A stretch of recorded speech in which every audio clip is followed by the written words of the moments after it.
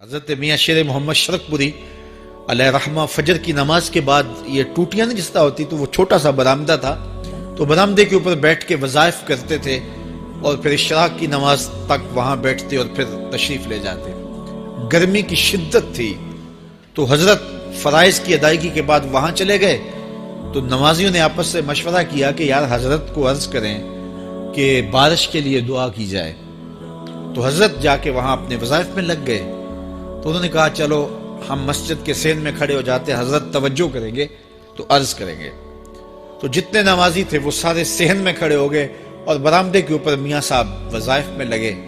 جب آپ کی نظر پڑتی نا لوگوں کی جانب تو جتنے بھی نمازی تھے سارے ہاتھوں سے اشارے کر کے کہتے یعنی دعا کرو، زبان سے نہ بولتے، ہاتھوں کو ایسے ہلاتے اور یہ کہتے کہ ادھر آسمان کی طرف اشارہ کر کے کہتے دعا کرو۔ میاں صاحب پھر وظائف میں لگ جاتے۔ پھر جب میاں صاحب کی آنکھ اٹھتی نا تو یہ سارے ہاتھ اٹھاتے اور آسمان کی طرف ہاتھ اٹھا کہتے میاں صاحب پھر وظائف میں لگ جاتے۔ جب 2-3 مرتبہ ایسا ہوا نا تو میاں صاحب کی ہنسی نکل گئی اور ایسے آسمان کی طرف دیکھ کے کہا چل ہن پا دے۔ کہتے ہیں بس یہ بات کہنے کی دیر تھی کہ چھم چھم می برسنے لگا۔ تو جب کوئی حضور کا ہو جاتا ہے تو رب اس کو اپنا محبوب بنا لیتا ہے۔ تو حضور کی محبت خدا کی محبوبیت کا ذریعہ ہے، اس لیے ہمیں حضور کا پیار اپنی روحوں میں موجزن کرنا ہے، حضور کی محبت اپنی روحوں میں اتارنی ہے، اور محبت اپنے تمام تر تقاضوں کے ساتھ جب روح پذیر ہوگی تو پھر ہمارا انداز زندگی بھی سنور جائے گا، ہماری آخرت بھی سنور جائے گی۔ محبت کے من جملہ تقاضوں میں سے سب سے بڑا تقاضا محبوب کی اطاعت ہے کہ بندہ جس سے پیار کرتا ہے اس کی بات مانتا ہے۔ یہ ہے دعوی محبت کا ثبوت، اس کی دلیل۔ اور حضور کے صحابہ کی زندگیاں دیکھیے کہ انہوں نے حضور علیہ السلام کے ساتھ کیسے پیار کیا، حضور کی محبت میں اپنی عادتوں کو بدل دیا۔ حالانکہ عادتیں نہیں بدلی جاتی، 2 سکے بھائی ہوں، رشتہ کتنا گوڑا ہے، اور ایک گھر میں پرورش پائی ہے، ایک گود میں پلے ہیں، ایک باپ کے گہوارہ تربیت میں رہے ہیں، لیکن طبائع میں اختلاف یہ ایک فطری بات ہوتی ہے۔ ہمارے پاس لوگ آتے ہیں 2 سکے بھائی ہوتے ہیں، ایک کی طبیعت ادھر کو جا رہی ہوتی ہے، دوسرے کا مزاج ادھر کو جا رہا ہوتا ہے، ایک سخت نرم مزاج ہوتا ہے اور دوسرے کی آنکھوں سے انگارے پھوٹ رہے ہوتے ہیں، ایک معاف کر دینے والا ہوتا ہے، ایک سخت غصیلا ہوتا ہے، ایک کی طبیعت کے اندر تلخی کی چنگاریاں ہوتی ہیں اور ایک کی طبیعت کے اندر نرمی کے پھول ہوتے ہیں، آپ نے بھی دیکھا ہوگا۔ تو یہ ایسا ہوتا ہے۔ اب اسی طرح کھانے پینے کی چیزوں میں طبائع کا اختلاف یہ فطری بات ہے، ایک کو ایک چیز پسند ہوتی ہے، دوسرے کو وہ چیز پسند نہیں ہوتی ہے۔ بعض اوقات ماں کو مسئلہ ہوتا ہے کہ یہ چیز اگر میں تیار کرتی ہوں تو میرا دوسرا بیٹا نہیں کھاتا، تو اس کے لیے بعض سے الگ سے کوئی چیز تیار کرنی پڑتی ہے کہ اس کی ڈیمانڈ یہ ہے اور میرے اس بیٹے کی ڈیمانڈ یہ ہے۔ مائیں مزاج سمجھتی ہیں، ایک آغوش میں پرورش پانے کے باوجود خون ایک ہے، گہوارہ تربیت ایک ہے، دودھ ایک ہے، لیکن طبیعتوں کے اندر اختلاف پایا جا رہا ہے۔ لیکن صحابہ کی زندگیاں دیکھیے، انہوں نے اپنی طبیعتیں بھی حضور کی طبیعت کے سانچے میں ڈھال دی۔ حضرت انس بن مالک کو کسی نے دیکھا کہ وہ شوربے سے کدو کے ٹکڑے نکال کے کھا رہے ہیں، تو کہا یہ کیا کر رہے ہو؟ کہا میں نے ایک دن حضور کو یوں کرتے ہوئے دیکھا تھا۔ تو طبائع کا اختلاف یہ ایک فطری اختلاف ہوتا ہے، لیکن صحابہ نے اس کو بھی چھوڑا اور حضور کی محبت کے سانچے میں ڈال دیا۔ پھر اس چیز کا انتظار نہیں کیا کہ حضور کا فرمان کیا ہے، حضور کی چاہت پہ اپنے مزاج کو بدلا۔ اللہ اکبر۔ حضور علیہ السلام مدینہ المنورہ کی گلی سے گزر رہے تھے، ایک گنبد نما مکان بن رہا تھا اور ایسے مکان حضور کو پسند نہیں تھے۔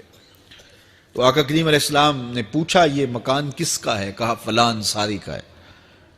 حضور گزر گئے، چہرے پہ تھوڑے سے ناگواری آثار حویدہ ہوئے۔ کسی نے اس صحابی کو بتا دیا کہ حضور گزرے تھے، تیرے مکان کو دیکھا، شاید پسند نہیں آیا۔ 2-4 دن کے بعد حضور دوبارہ گزرے، دیکھا کہ وہاں ملبے کا ڈھیر پڑا ہوا تھا۔ فرمایا اس صحابی کو بلاؤ، بلایا گیا، کہا میں پرسوں ترسوں گزرا تھا، تیرا مکان دیکھا تھا، یہ کیا ہوا؟ عرض کی میں نے گرا دیا ہے۔ فرمایا کیوں؟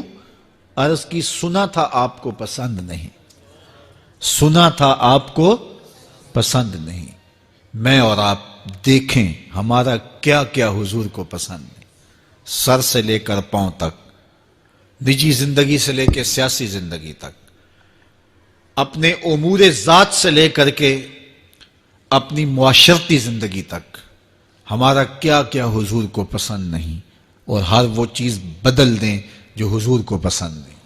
محمد دی زیارت محمد دے رنگ وچ، اے ٹھگ بازیاں جانے پیارا محمد صلی اللہ علیہ وسلم۔ میرے شیخ کامل کا ایک شعر ہے، اور وہ شعر اتنا وزنی ہے کہ اگر میرے پاس جواہر لال موتی ہوں اور میں ایک پلڑے میں ڈال دوں اور ایک پلڑے میں یہ شعر رکھ دوں تو یہ شعر پھر بھی بھاری ہوگا۔ یاری لا تو پاک نبی سنگ، اے پر پوری یاری، پھر درود قبول ہے تیرا لکھ نہ لوں ایک واری۔ 1.25 مرتبہ درود پڑھنا ایک طرف، اور ایک دفعہ حضور کی ذات پہ درود پڑھنا، ان کی محبت کے سانچے میں یوں ڈھل کر کے جو وہ کہتے ہیں وہ میری زندگی کا عمل ہے، یہ اس سے وزنی ہے، یہ اس سے بھاری ہے۔ تو حضور کی محبت، حضور کے ایک صحابی تھے، وہ حضور کو ملنے آئے، اور آئے تھے بحرین سے۔ اچھا، انہوں نے حضور کو سلام کیا تو حضور نے رخ پھیر لیا، ناراضگی کا اظہار کیا، تو وہ سمجھے کہ شاید حضور نے ایسے ہی رخ پھیرا، تو جدھر حضور نے رخ پھیرا وہ ادھر جا کے سلام کرتے ہیں، تو حضور نے پھر رخ پھیر لیا، سمجھ گئے کہ حضور ناراض ہیں۔ اب انہیں سمجھ یہ نہیں آ رہی تھی کہ ناراضگی کا سبب کیا ہے۔ وہ اصحاب رسول سے پوچھنے لگے کہ حضور مجھ سے ناراض لگتے ہیں، آپ میں سے کوئی بتا سکتا ہے کہ حضور کیوں ناراض ہیں؟ اللہ اکبر! آج تو کوئی بڑا باپ ہو، مرشد ہو، استاد ہو، ناراض ہو جائے اور شاگرد کو ناراضگی کی وجہ معلوم نہ ہو تو وہ الٹا ناراض آگے سے ہو جاتا ہے کہ میں نے جرم کیوں کیا ہے کہ استاد کا مزاج بگڑ گیا ہے۔ اللہ اکبر! لیکن ذرا دیکھیے، رنگ دیکھیے محبت کے، وہ صحابہ سے پوچھتا پھرتا ہے کہ حضور مجھ سے ناراض ہیں، مجھے بتائیے کہ کیا سبب ہوا؟ تو انہوں نے کہا کہ یہ تیرے ہاتھ میں جو سونے کی انگوٹھی ہے، اس سے حضور ناراض ہیں، کیونکہ حضور اس کو منع کر چکے ہیں۔ امت کے لیے سونا چاندی حضور نے امت کے مردوں کے لیے منع فرما دیا، صرف 4.5 ماشے سے کچھ کم کی انگوٹھی چاندی کی، اور وہ بھی عدد میں 1 ہو، شریعت نے جائز رکھی ہے۔ اگر 2 ماشے کی 2 ہوں گی تو پھر بھی جائز نہیں۔ عورت کو جائز ہے 10 انگوٹھیاں پہنے، سونے کی پہنے، چاندی کی پہنے، یہ اس کا زیور ہے۔ مرد کو زیور کی ضرورت نہیں ہے، زینت کی ضرورت نہیں ہے، لہذا مرد کے لیے 1 انگوٹھی رکھی گئی ہے، وہ بھی اس لیے کہ اگر وہ کہیں مشکل میں ہو تو اس کو بیچ کر کے 2 وقت کا کھانا لے سکے۔ باقی اس کے لیے انگوٹھی 4.5 ماشے سے کم کا چاندی یا سونا 1 ماشا ہی کیوں نہ ہو، اس کے لیے جائز نہیں ہے۔ تو اس نے سونے کی انگوٹھی پہن رکھی تھی، لیکن اسے حرمت کا پتہ نہیں تھا، تو اس نے کہا کہ حضور مجھ سے کیوں ناراض ہیں؟ تو صحابہ نے کہا شاید یہ اس انگوٹھی کی وجہ سے ناراض ہیں۔ تو اس نے یہ نہیں کہا کہ مجھے تو پتہ ہی نہیں تھا، میرا کیا قصور؟ خیر، اس نے انگوٹھی اتار کے حضور کو پیش کرتے کہا حضور آپ اس وجہ سے ناراض ہیں؟ حضور نے انگوٹھی پکڑی اور ایسے پھینک دی، ناراضگی کی وجہ ختم ہو گئی، وہ بیٹھ گیا، بات شروع ہو گئی۔ اللہ اکبر! جب سلسلہ کلام ہوتا رہا، جب مجلس برخاست ہوئی، لوگ اٹھ کے گھروں میں جانے لگے، وہ بھی اٹھا اور الٹے پاؤں سے پیچھے چلا، تو کسی نے اس کو کہا وہ انگوٹھی تو اٹھا لو، سونے کی انگوٹھی ہے، قیمتی ہے، چلو تمہارے لیے پہننا جائز نہیں، تمہاری بیوی کے لیے تو جائز ہے۔ تو اس نے کیا جواب دیا سنیے، اس نے کہا واللہ لا آخذہ وقد طرحہ رسول اللہ صلی اللہ علیہ وسلم، اللہ کی قسم میں اس انگوٹھی کو کبھی بھی نہیں اٹھاؤں گا جس کو میرے حضور نے پھینک دیا ہے۔ تو یہ تھی ان کی محبت، یہ تھا ان کا انداز۔ تو آئیے میں اور آپ حضور سے اگر محبت کرتے ہیں تو حضور علیہ السلام کا طرز زندگی، حضور کا انداز معاشرت اختیار کریں۔ کثرت کے ساتھ مائیں بہنیں بیٹیاں بھی موجود ہیں، وہ بھی اپنی اولادوں کی تربیت اس نہج سے کریں کہ وہ حضور کی سنت، حضور کی سیرت، اور حضور کی اتباع کے سانچے میں ڈھل جائیں۔ زندگی کا مقصد ہی یہی ہے۔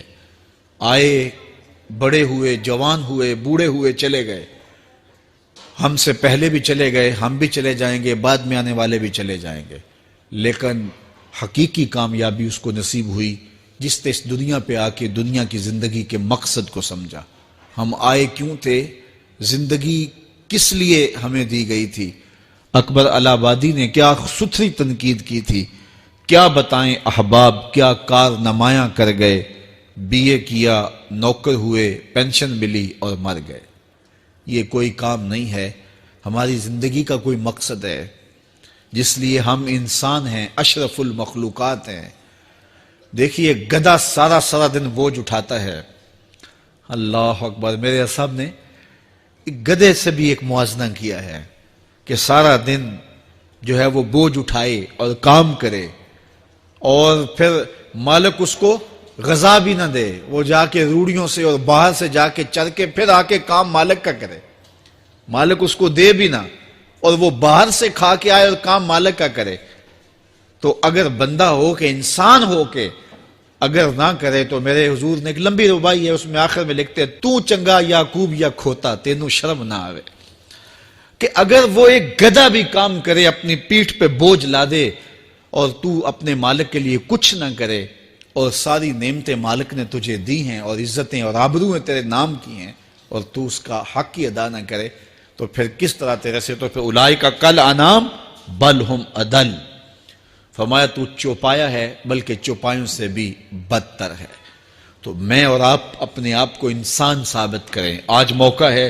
سے ثابت نے اجے حواس تیرے، سے ثابت نے اجے حواس تیرے، کر لے نیکیاں رج کے تو، اڑیا رب رسول کیوں پل بیٹھوں، آ رب رسول ول پج کے تو، آئی موت ایتھے رہسن کم تیرے، آئی موت ایتھے رہسن کم تیرے، نیکیاں کر لے بھج کے تو، کی آکھ سن لوگ یعقوب تینوں، جب ٹر پیوں سر منہ کج کے تو۔ وہ وقت آئے گا جب تنیاں باندھ دی جائیں گی، جب دونوں جانب سے کفن باندھ دیا جائے گا، پھر پردہ ہٹا کے دیکھا جائے گا، پھر بند کر دیا جائے گا۔ وہ لمحے کتنے دردناک ہوں گے، وہ گھڑیاں کتنی دردناک ہوں گی۔ آج مجھے اور آپ کو اللہ نے موقع دیا ہے، تو آج حضور کی سیرت کو اپنانے کا، اپنی روحوں میں اتارنے کا عزم کر کے